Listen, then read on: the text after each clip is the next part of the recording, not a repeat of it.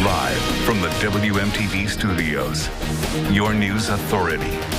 NBC 15 News at 5 starts now. Now at 5, as the snow begins to fall in our area, it's been falling this afternoon. Officials across the state are urging people to stay indoors. Plus, after his bail is lowered, a UW-Madison student accused of sexual assault is released from jail.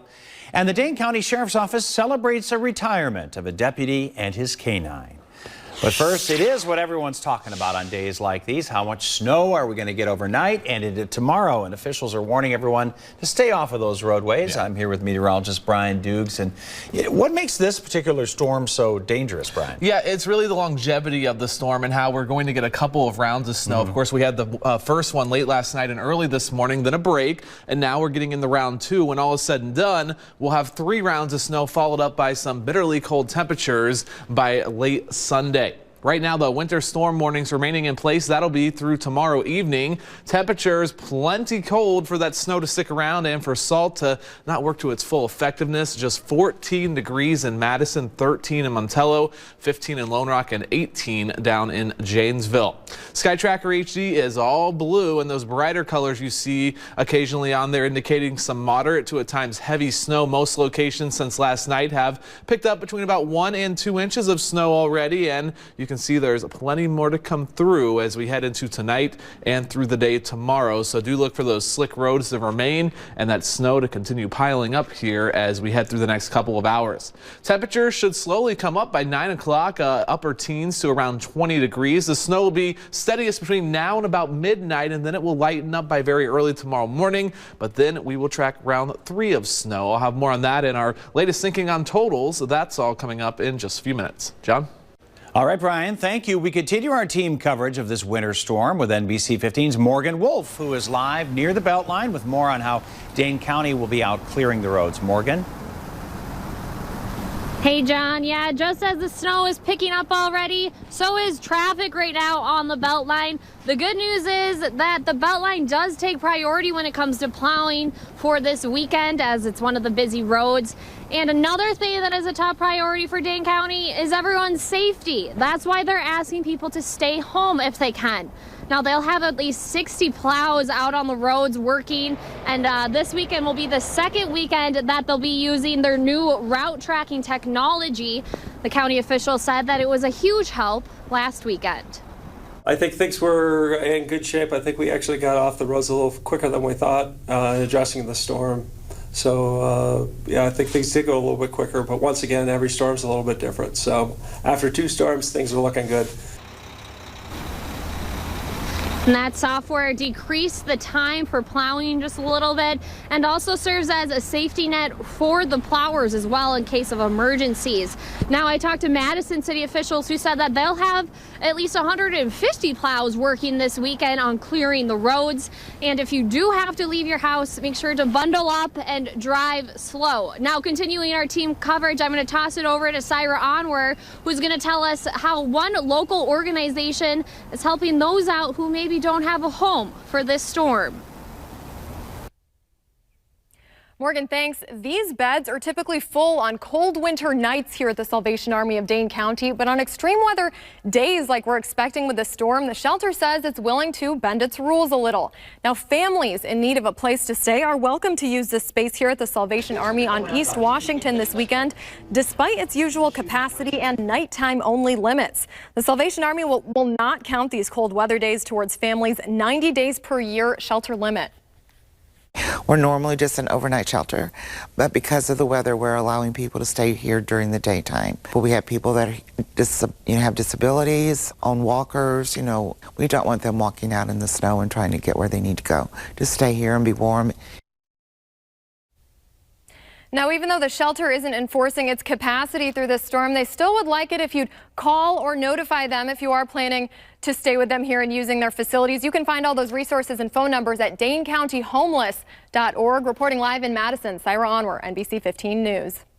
All right, Cyber, thanks. Right now, roads are in this condition. Let's take a live look there. Yeah, moving slowly there on East Washington Avenue. That's our Capitol camera. It's been like that. It was like that at 4 o'clock as well. So, and I noticed out there driving today, people are taking it easy, which is what you should do if you have to be out there. Let's go now to a look at the current conditions on area roads in southern Wisconsin. That's according to the DOT. You can see there the blue is snow covered. Those pink areas are slippery stretches. The green area is good winter driving. That's more over toward Milwaukee. But pretty much everything you see around here is in blue, meaning snow covered. And of course, you can find that on the state transportation site. The web address there is posted right there on your screen, 511WI.gov. Be sure to download our NBC 15 app to get the latest on weather conditions and business closings. In our Crime Tracker 15 report, a UW-Madison student accused of sexually assaulting multiple victims has been released. 20-year-old Alec Cook was released from jail today after a Dane County judge lowered his bail. Cook was arrested in October when a woman accused him of attacking her in his apartment. He turned himself in after another victim came forward to report she had also been sexually assaulted by him in February. Prosecutors say Alec Cook is a serial rapist. His lawyers dispute that. There's a presumption of innocence. The judge agrees with that. We agree with that. So they can use whatever slanderous character assassination they want to use. But at this point, there has not been one shred of testimony that supports that accusation. A cash bond for Cook was initially set at $200,000, but today the judge lowered the bail to $100,000. Cook is due back in court January 20th for a preliminary hearing. Madison police say they believe several area robberies at Loan stores are related. The Madison Police Department's coordinating investigative efforts with several other agencies. Those holdups have happened within the past months at several Loan stores in Madison, Baraboo, Mauston, and other cities. The latest happened yesterday at the Cash store in Baraboo. Officials say the suspect is a white man with a heavy build. They say he is driving a gray or charcoal PT Cruiser with damage to the driver's side. You see it there, the front bumper. Anyone with information is asked to call Madison area Crime Stoppers. Madison police are investigating a robbery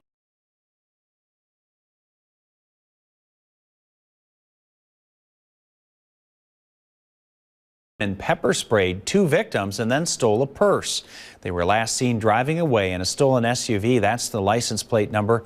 If you have any information, please contact Madison area Crime Stoppers. UW-Madison has chosen a Madison police captain to lead the UW-Madison Police Department as new chief. UW-Madison announced this morning that Kristen Roman has been named UW-Madison Chief of Police. University officials say Roman has extensive experience in community outreach, mental health issues, and services to vulnerable populations due to her 26-year career with the Madison Police Department.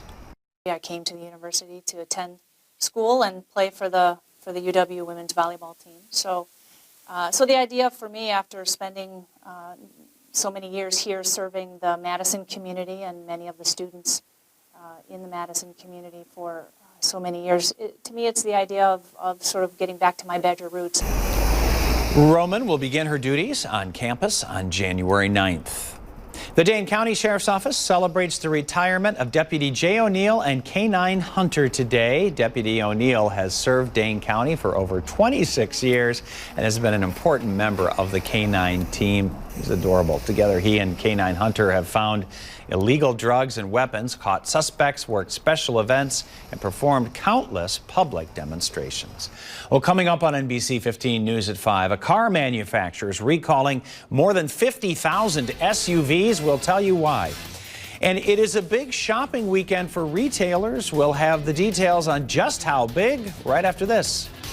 Ahead for us tonight, more of our exclusive reporting on Russian interference in the election as the president defends his handling of the intrusion, the disciplinary action that has a college football team threatening to boycott a bowl game, and a fascinating look at some amazing perks that come with your credit card that you may be overlooking when we see you back here tonight.